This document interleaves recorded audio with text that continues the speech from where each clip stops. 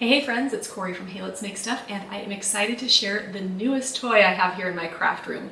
This is the xTool M1, and it is a hybrid laser and blade cutter. This means it can cut and engrave thicker materials like wood and acrylic using the laser, as well as cut thinner materials like iron-on, vinyl, and cardstock using the blade. This means you can cut a wider variety of materials with a single machine. It's sort of like if your Glowforge and your Cricut had a baby and it's this machine. xTool did send me this machine to review, but all of the opinions here are my own, as always, and I'm going to tell you what I love about it, as well as some apprehensions I have about making this your machine. Let's start by talking about lasers. So the type of laser that's inside the M1 is a diode laser. This is a much more economical laser than the CO2 laser that you may find in a Glowforge or other larger laser machine. It's also more durable than a CO2 laser, and it lasts longer. That being said, while it lasts longer and is more durable and is cheaper, it also is much less powerful than a CO2 laser. For example, my Glowforge is a 45-watt laser and this is a 5-watt laser. So that is a big difference in power. And you can really tell that, especially when it comes to cutting speed and cutting strength. So you're going to have to decide for yourself if you're going to sacrifice that speed and power to get a much more economical laser, or if you're going to want to upgrade and spend quite a bit more money on buying a CO2 laser. As you can see, I have already set up my machine. I don't like doing unboxing videos because I really want a chance to play around with something before I recommend it. So I have the machine all set up, but you do get the machine inside the box. It's not that heavy. It's a little heavier toward the back where the actual laser and bars are, but I can lift it no problem, so it's not nearly as heavy as something like a CO2 laser. You'll also get cords to connect it to your computer and the wall. You'll get a bunch of pieces to connect it to a vent pipe in the back. When cutting with a laser, you end up with a lot of debris and fumes, and that gets funneled out the back using a fan. So I have this actually vented out the door over here because you don't really want to be breathing all of that in.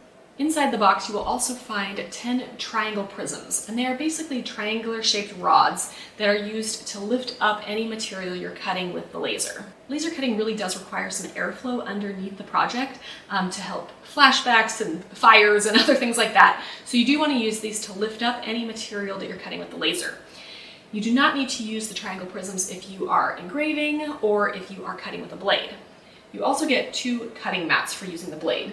Yes, these look like Cricut cutting mats, and yes, they have the same names. This is a light grip mat, and this is a fabric grip mat. They are actually sticky on both sides, which means that you will put your mat inside the machine and you will take that plastic backing off the mat, and then you'll lay it down in the machine, and that will hold it there, and then you can put your material on top of it. It also comes with 5 45-degree replacement blades. These are basically the same as a fine point blade inside your Cricut, but it does give you 5 blades that come with the machine. Let's talk about the size of this machine. I said before that it's not that heavy. I think it's a little over 21 pounds. The width is 22 inches. It's just a little bit wider than my Cricut Maker. It's about 18 inches deep and it's about 9 inches tall. So it can fit in many more places than a larger CO2 laser, which is nice if you have a small craft room or you just don't have a lot of space. You do need to make sure that you have another 18 inches when you open the lid here. You can't put it on a shelf and use it. You do need to be able to open that lid. And then you're also going to need about 8 inches of space in the back for that vent pipe. So you can't shove it right against a wall. You're going to need that little bit of space in the back. I will link to a craft cart that I got from Michael's that I actually normally keep this machine on, and I really like it. It's a great size, lots of storage. It's perfect for this machine. Okay, let's talk about the anatomy of the machine now. So it's an enclosed machine. xTool also makes several other laser machines that work out in the open, so you definitely need to vent those. But this keeps all of those fumes and debris sort of contained within this enclosed system, which is really nice for craft rooms. The lid itself is tinted orange, and when I showed this to my boys, they actually said, "Oh, it's like a welder's helmet." I'm like, it's exactly like a welder's helmet. It allows you to look at the laser while it's engraving and cutting. My Glowforge has a glass enclosure, which means that it's very easy to look at the laser, even though you shouldn't do that because it can damage your eyes. Then there's the large bed in here, and this is where you'll place your materials to cut. I know it's a little hard to see. I don't actually have this machine on right now because it does hum. It's actually pretty quiet overall, but I didn't want it to get in the way of my speaking to the camera. So I will turn it on here in a second and it will light up the bed, but it's very easy to see in here that there's just a nice sized bed that you can use to place all of your materials. The maximum cut size is about 12 inches tall and 15 inches wide, which is a decent size for making things. You're not going to be able to cut something very large on here. There's no pass-through like with the Glowforge, so making big, large signs and that sort of thing is a little bit difficult, but for any small projects or medium-sized projects, this is a perfectly good amount of space. Inside here is the laser module, which obviously holds the laser, but it also holds the blade. This gold housing just sits inside the laser housing with a magnet. It's really easy to pull out. It's really easy to install the blade. It's very similar to a Cricut blade. It has a plunger on the back.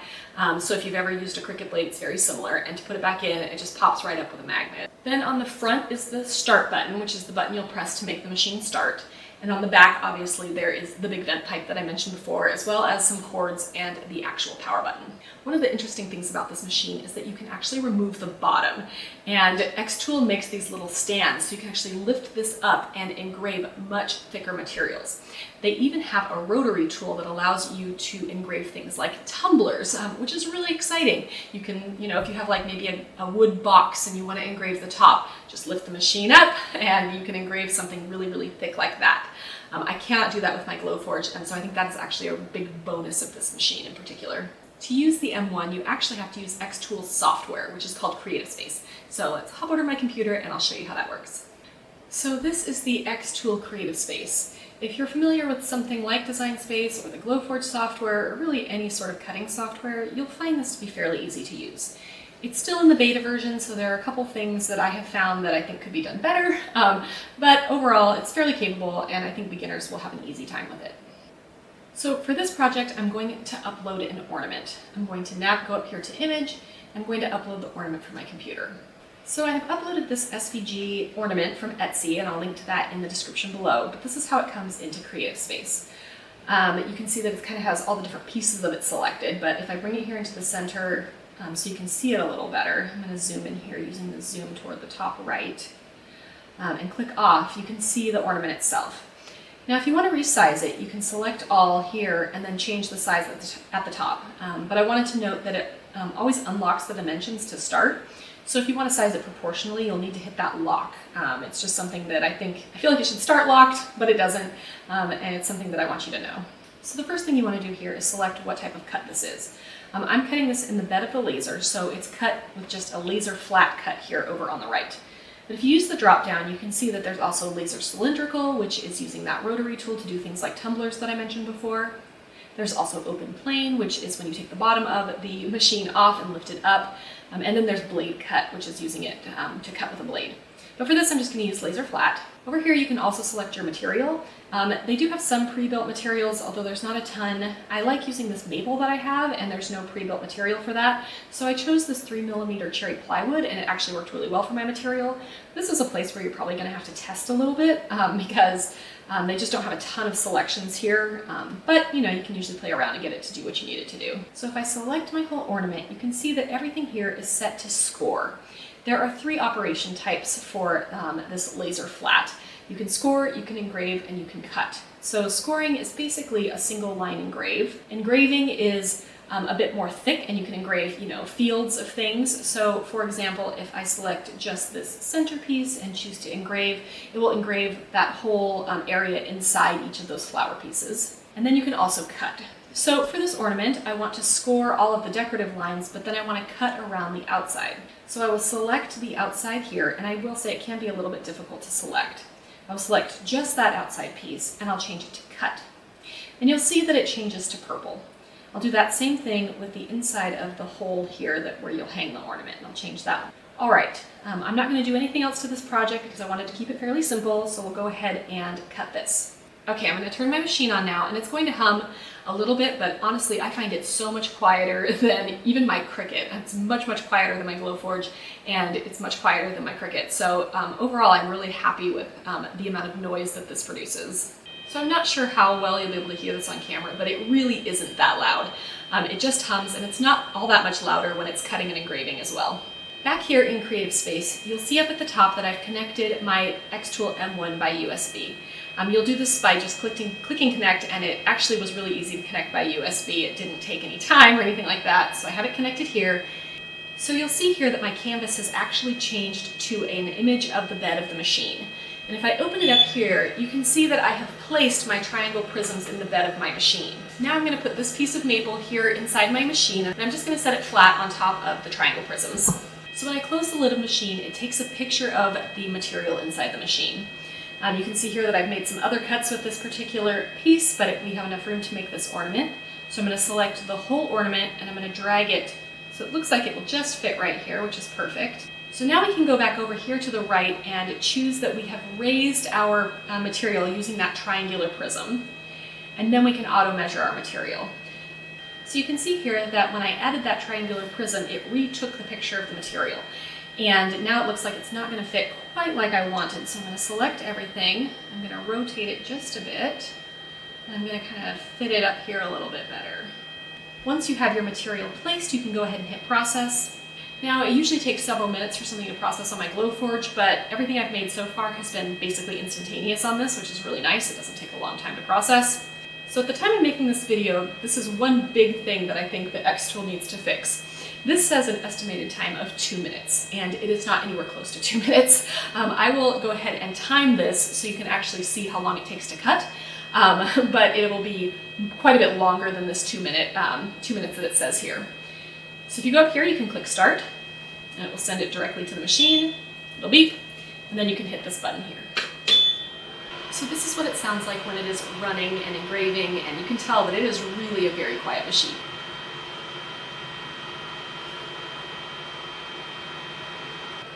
So this is finally finished cutting, and it said it would take less than a minute, and it took 11 minutes.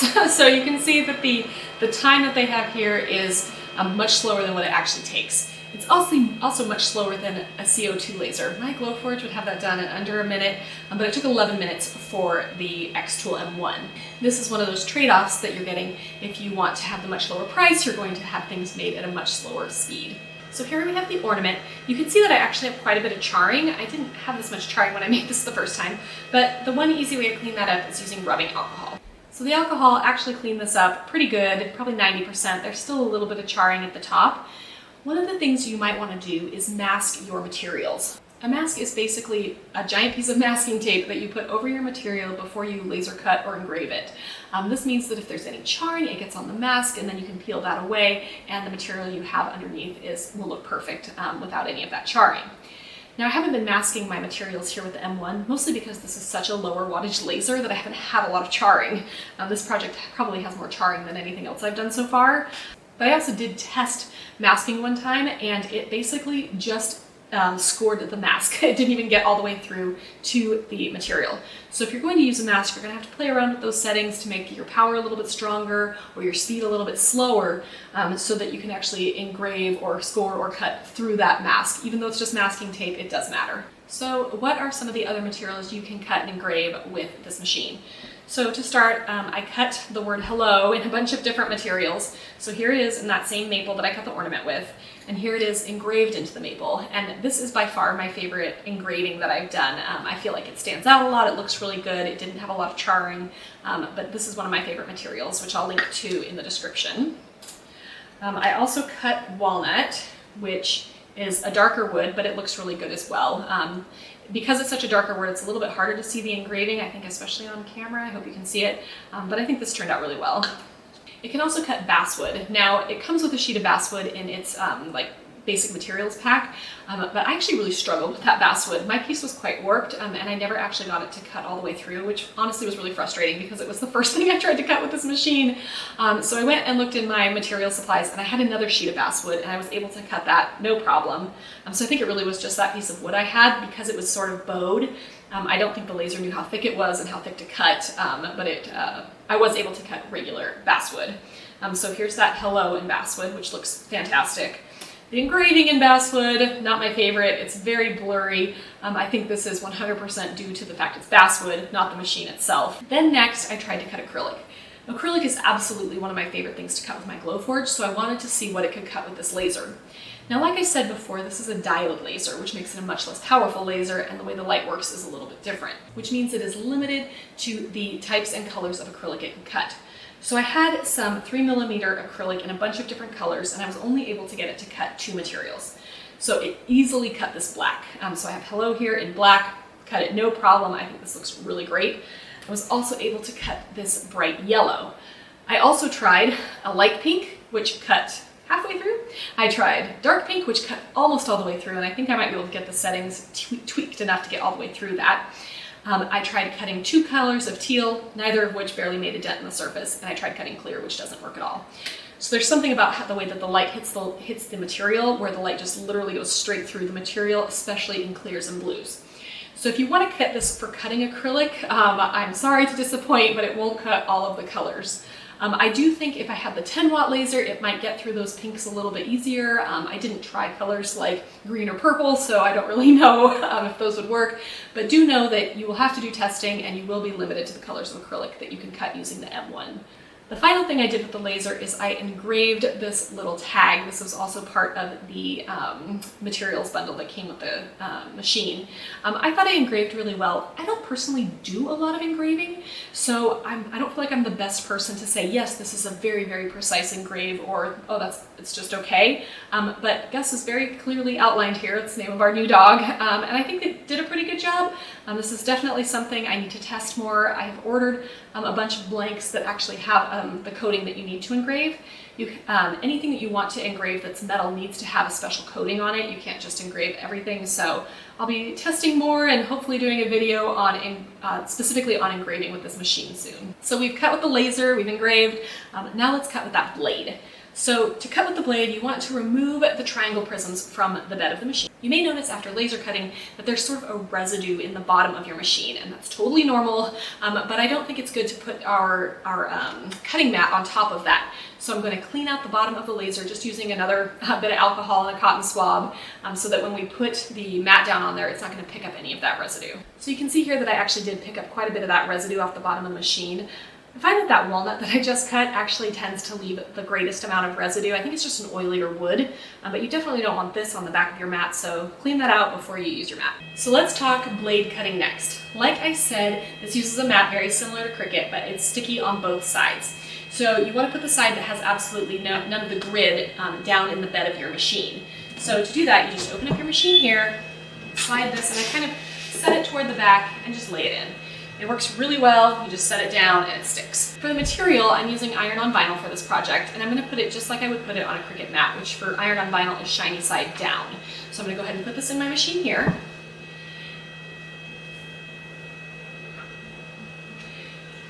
You don't need to put it in like the top corner of the mat or anything like that. You can just set it in the center.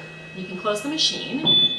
So you can see over here in the creative space that it has taken a picture of the inside of the machine, and it has my material here. So I'm going to upload that same image, that little hello image that I was using for the laser cutting. Now this file came in much larger than I need it to, so I'm going to remember we got to check that lock box there at the top, and then I'm going to make it much smaller. I'm actually just going to make it 3 inches wide, just the same as everything else I've done, and I'm going to drag it over onto my material. So right now it's still set to laser flat, so let's change it to blade cut. And then it has the drop down here for the materials you may want to use. For this, I'm using this PU heat transfer vinyl. I'm going to move my image over because you'll notice that when I said that we're going to do a blade cut, it changed the photo. So let's move it up here a little bit more. You can use the arrows on your keyboard to get a more exact placement. So as far as I can tell, there's no way to mirror your image automatically. So you have to click reflect up here if you're doing iron-on vinyl so that it reverses your image. So that's it. Hit process. And then hit start. And again, I'm going to time this one, and we'll see how long it takes. So this project took 48 seconds to cut this word hello. So you can also see that this is much slower than a Cricut as well. I think my Cricut probably would have cut that in about 10 seconds. But it did cut it very nicely. So here's our image. I was able to weed it, and it worked really well. So I've also cut regular vinyl. It cut okay. It did cut through my backing over here just on one side. So I think I may have to play with the settings a little bit, but it does cut that vinyl. And it cut cardstock really beautifully. There was also a sample within the materials bundle that came with the machine for PU leather, but this is absolutely some of the thinnest leather that I can imagine. I have never cut anything this thin on my machine before. I don't know where you would buy something like this, And when I tried to cut the PU leather that I have, which is quite a bit thicker, the blade couldn't handle it, which doesn't really surprise me. The Cricut fine point blade doesn't handle it very well. I really prefer to use the rotary blade on that. So if you're thinking you want to cut leather, I don't know, you may want to think again with this one. So let's talk about my overall impressions. First of all, I really like that this is a hybrid machine, that you can cut with a laser, engrave with a laser, but you can also cut with a blade. If this is your only machine, that just gives you a wider capability of things you can cut or make. It's a nice size for hobbyists. It fits really well inside a craft room. It's quiet. I really like that operation. I really like that it has an auto off feature, so if you're running the machine and your kid goes to look inside of it, it automatically turns off. I think that's a really great safety feature. I also love that it is just so much more affordable than something like a Glowforge. So my Glowforge right now I think is probably about $6,000, and this machine is much closer to $1,000. So you are literally saving thousands of dollars with this machine. Of course, that comes with a lot of caveats, so let's talk about a few of the cons. My biggest con is how slow it is. It really cuts so much slower than my Cricut or my Glowforge. But if you're a hobbyist and you don't mind that things take longer and you want to save yourself thousands of dollars on a laser, this is definitely an option for you. I also don't like that it can't cut all acrylic colors. That's really a preference for me because I just love cutting acrylic. I love how bright and colorful it is, so I tend to cut a lot of it. But if that's not something you're interested in doing, it probably won't be a con for you, but I just want you to be aware that you're not going to be able to cut every color of acrylic out there. It also only has one blade. So if you're coming from something like a Cricut Maker, you'll definitely feel that limit. You don't have something like a rotary blade or a scoring tool or anything like that. So it is limited on the types of materials it can cut using the blade. So overall, I do recommend this machine, knowing that you're going to be getting a much slower machine. The machine I have is the 5-watt version. There is also a 10-watt version, which is about $200 more expensive. And if you can swing it, 100% get that 10-watt version. I think you will get slightly faster cutting speeds, and I think you'll be able to cut through thicker materials. If I could do it all over again, I would definitely get the 10-watt.